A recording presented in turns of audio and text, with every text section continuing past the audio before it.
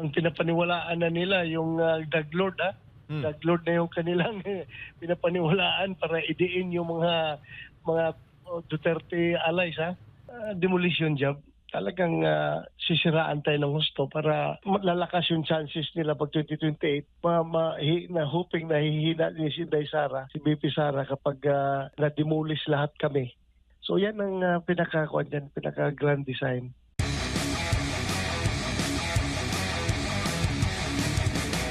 Senador, sir, nung nakarang araw, viral na viral po yung inyong video sa Senado. Nagigil kayo doon kay Ginang Mary Ann Maslog. Ano bang kwento noon, Senador? At mukhang mainit ang ulo nyo sa kanya. Well, yun nga, sa sinabi ko, alam ko meron akong iwan information. Very highly reliable source of information. Confirmed by other source na si Maslog. Kaya yan, anong papel niya doon, di ba? Bakit siya nandoon? Pumapapil sa kay Alice Go. Pumapasok pa doon sa kulungan ni Alice Go 2 beses para kumbinsihin si Alice Go na pumirma ng affidavit ng mag-implicate kay Pangulong Duterte, ako, Senator Bongo, General Karamat, yung pati yung isang general may picture na kasama yung Chinese, si General Benji Acorda. Gusto ipa-implicate para alam naman natin anong purpose nila. At ang nag-utos, isang taong taga Malacanang. Senador, yung pong tao na yon, kailan nyo po papangalanan? Pwede ba nating ibuko ngayon kung sino? Yung tinutukoy po ninyo? Kilala ninyo yan. Ay, kilala nyo. Kilala ninyo yan. Maraming kilala si partner Adbar sa Malacanang Sino kaya doon? Kilala nyo yan. Pero anyway, Senator, sir, lumalabas na kayo po ay re-electionist. Si former President Digong ay babalik po sa Davao bilang Davao Mayor kung palaring manalo sa susunod na eleksyon. Lahat ng ito, ang timing sa inyo, ano nakikita nyo, sir? Talagang demolition job. Talagang sisiraan tayo ng husto para lalakas yung chances nila pag 2028 na hoping na hihina ni si Inday Sara, si BP Sara kapag na-demolish lahat kami. Maapektuhan din yung chances ni BP Sara. So yan ang pinaka-grand design. Opo, lalo po, Senador, na bukod po sa Senate, meron din pong quad investigation sa House of Representatives. Talagang hinahabol, Senador, lahat ng mga may kaugnayan sa mga Duterte. Kaya nga ibang klase na, no? Ang pinapaniwalaan na nila yung drug lord, drug lord na yung kanilang pinapaniwalaan para idiin yung mga Duterte allies, drug lord na kanilang person. Opo. Sir, nabanggit po ninyo sa video na nagba-viral na ipipin down nyo po ninyo itong si Mary Ann Maslog. Maaari po ba ng maraming malaman, sir, kung kailan po ninyo ito balakawin? Excited po yung taong bayan sa inyo pong susunod na hakbang. Sabi ko, ibig sabihin doon na mapin down ko siya sa kanyang papel na ginagampanan bilang inuutusan ng taga Malacanang na para papirmahin ng affidavit si Alice Go. Yun, pin down siya doon dahil wala siyang kawala doon. Dahil very reliable yung aking informasyon. Sir, sa pagkakalam po ninyo, bilang dati rin pong hepe ng Philippine National Police, na-monitor na ba ninyo itong si Mary Ann Maslog doon, sir, doon kayo pa ay Chief PNP? At may alam po ba kayo sa pagkatao ho nito? Marami po kasing reports na itong ginang na ito ay dineklara ang kanyang sarili na patay na, kaya hindi po siya mahabol-habol ng mga otoridad. Yun nga, ang lumalabas ngayon, di ba? Pero nahuli pa rin siya ng NBI dahil nga mayroon pa siyang mga ibang kaso dito na kinasangkutan. Tapos nung kinunan siya ng fingerprint, nagmatch sa fingerprint ni Mary Ann Maslog. At saka talagang konfirmado na siya si Mary Ann Maslog, hindi siya si Jessica Yung gamit niyang bagong pangalan. May pangalan siyang bago eh. Ginagamit niya doon sa Amerika. Nagtago siya sa Amerika.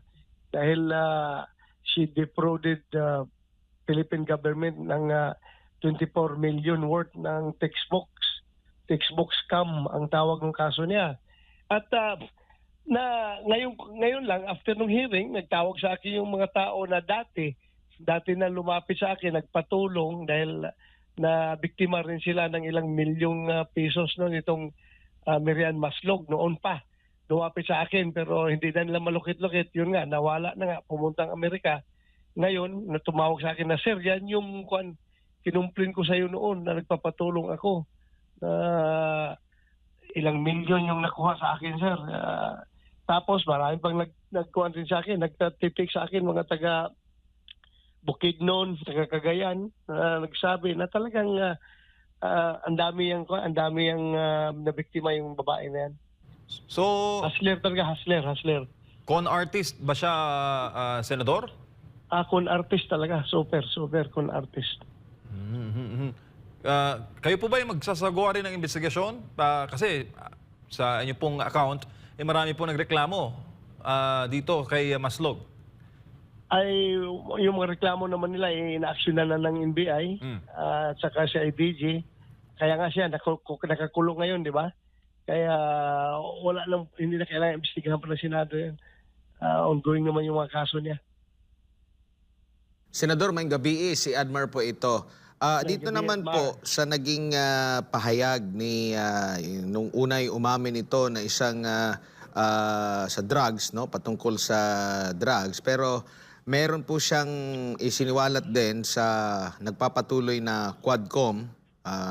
Sabi dito, i-quote ko lang, ay ito'y patungkol dun sa pinilit mo raw siya nung kayo po ay PNP chief na magsinungaling at ikonekta si dating Senador Leila de Lima sa illegal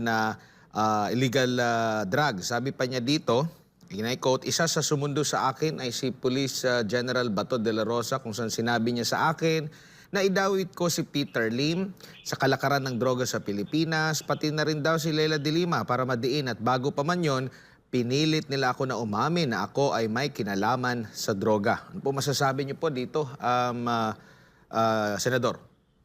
Admar, isa-isahin ko, no? Kung gaano kasinungaling yung gago na yan. Kasi kung sabi ko, pag makita ko, suntukin ko yung mukha niyan eh. Sobrang kasinungaling. Alam mo, unang-una, sabi niya doon sa Quadcom na sumulat daw siya, nag-request daw siya na umuwi sa Pilipinas para harapin yung kanyang problema. Napakasinungaling. Pakita ko sa iyo yung news report ng Al Jazeera ba yun? Anong stasyon doon sa Abu Dhabi? Nandoon ang report na siya, kasi ganito nangyari niyan, kaya yan nahuli. Dahil missing niyan dito, di ba? Lumayas yan. Nagtago doon, nag-abroad, pumuntang Hong Kong, tapos pumuntang Dubai, Abu Dhabi. Ngayon, merong isang OFW na nakabase sa Abu Dhabi na nakakaalam sa kanyang location kung saan apartment siya nagtatago, saan siya nag-stay. At kumontak sa opisina natin, sa Office of the Chief PNP. Kaya, pinapapalo up ko sa ating AIDG. Yung AIDG natin, tumawag doon sa yung ating police attaché sa Abu Dhabi para mag-coordinate doon sa Abu Dhabi Police na hulihin yan. So, yung informasyon nanggaling sa ating opisina. So, yun. Ang pinapunta ko yung si General Dilbo, si General Pero, pinapunta ko doon sa Abu Dhabi para mahuli yung si Kerwin. So, nagpatulong sila doon sa Abu Dhabi Police. In short, hinuli yan doon. Nung hinuli, turn over sa police attaché natin. Yung police attaché natin, turn over dito kina Dilbo at kay Pero, sinamahan yan, pauwi dito sa Pilipinas. Pagdating dito sa Pilipinas, yun, sinalubong ko. So, grabing sinungaling niya. Sabi niya, Nagkwento siya, sumulat na nag-request na umuwi, na hindi man siya voluntaryo umuwi, kundi hinuli yan doon. Pangalawa, yung sabi niya na pilit ko daw siya pinapaamin na siya ay may kinalaman sa droga dito. Bakit ko pa siya aminin na kalat na kalat naman na drug lord siya ng Albuera Leyte? Bakit ko pa siya papaaminin? Napakasinungaling. Bakit ko siya papaaminin na kalat naman, pati yung tatay niya mismo umamin mo sa akin, di ba? If you can remember, sumurinder sa akin yung tatay niya. Opo. At galit na galit sa kanyang anak dahil nadadamay ito sa buong pamilya dahil yun na kahit daw tigas daw ang ulo. Sige pa rin daw kahit na gusto na lang huminto. Ang tatay involved din sa drugs pero gusto na daw niyang huminto pero si Kerwin nagpapatuloy. So yun na. Tapos yung tungkol kay Dilima, sabi niya pinapakausap ko pa daw binigay ko pa daw cellphone, pinakausap ko siya kay Dayan, yung boyfriend ni Dilima. Napakasinungaling. Paano ko siya pagkausap kay Dayan na nung panahon na yun si Dayan nagtatago. Hindi pa nahuli si Dayan. Paano ko magkakaroon ng number ni Dayan? Bakit ko siya pagkausapin kay Dayan? Grabe maggawa ng istorya. At anong motibo ko na ipakuha sa kanya si Dilima, ipadawi si Dilima na hindi man ako may hawak ng kaso ng Dilima, hindi man ang PNP, ang DOJ man. Wala man kami pakialam doon sa case build-up laban kay Dilima. Ang DOJ mismo ang nag-case build-up at nag-file ng kaso kay Dilima. Walang pakialam ang PNP doon. O bakit ko pipilitin siya na i-implicate si Dilima? Sunod, si Peter Lim. Peter Lim, wala akong alam dyan kung involved yan sa droga. Alam ko lang yan, nung nag-research ako, way back na, after nung sinabi niyang pangalan ni Peter Lim, nalaman ko na kung ano may mga background si Peter Lim sa droga. No? Pero yung pangyari na yung pag war on drugs natin, wala akong alam ng Peter Lim na drug lord. Saan ko nakuha ang pangalan? Sa kanya. Kasi nung dumating siya, kinausap ko siya, tinanong ko siya, saan ba talagang source niyo ng droga? Bakit ang dami mong droga dyan sa Albuera? Sabi na, sir, ang source ko, sir, si Peter Lim. Minsan, kung wala kay Peter Lim, kay General Luot. O si General Luot, bakit ko i-implicate si General Luot? Nakapwa ko premier yan. Bakit ako magawa ng istorya at i-implicate si Luot? Siya mismo. Sa kanya nang galing yan. Voluntaryo niyang sinabi yung pangalan na yan. Anong motibo ko sa kanila? Hindi ko man wala man akong motive sa mga tao na yan. Hindi man yan mga wala ako nakita motibo na bakit ko pilit siyang utusan na implicate yung mga tao na yan. Na siya mismo nanggaling sa bibig niya yan, na yan daw ang source niya. So, yung kay Dilima, anong pakialam ko kay Dilima? Hindi man PNP naghawak ng kaso ng Dilima. Ang DOJ man. Bakit ako gagawa ng istorya na ipa-implicate si Dilima? Grabe talagang kasinungaling ng tao na yan. Halata man kung nagsasalita, di ba? Halatang minimorize niya yung script na pinapasunod sa kanya. Yung script na gusto niyang papalabasin, minimorize niya. Makikita ko man kung yung delivery niya. Halatang nag-iisip. Opo. Gaano ito kadelikado, General? Kasi may mga sinumpaan din yan siya nung humarap siya sa unang mga pagdinig, pati sa pagdinig sa Senado, saka sa Kongreso nung una, no? Nung mga una, last administration, tapos sa mga korte, tapos simpleng-simple lang babawiin. Parang nagiging trend po yung pagbawi ng mga testimonya po, Senador. Unang-una, kung ano sa sinungaling, di ba unang-una, yung Senate hearing noon, nagsinungaling na siya. Sabi niya si Espinido daw tumatanggap ng pera sa kanya. Galit na galit siya at humingi sa kanya ng pera. Ngayon, nung umuwi na sa tapos ng hearing, pinuntahan ko siya doon sa kulungan ng AIDG. Tinanong ko kung totoo ba talaga. If you can remember, napaiyak ako doon sa hearing dahil sama ng loob ko. Si Espinido pala tumatanggap ng pera. Akala ko pagkatiwala na tao. Nung tinanong ko doon sa barracks na, totoo ba talaga yung sinabi mo? Ang sabi niya, sir, hindi totoo yun, sir. Masama lang loob ko dahil napatay yung tatay ko, kaya nasabi ko yun.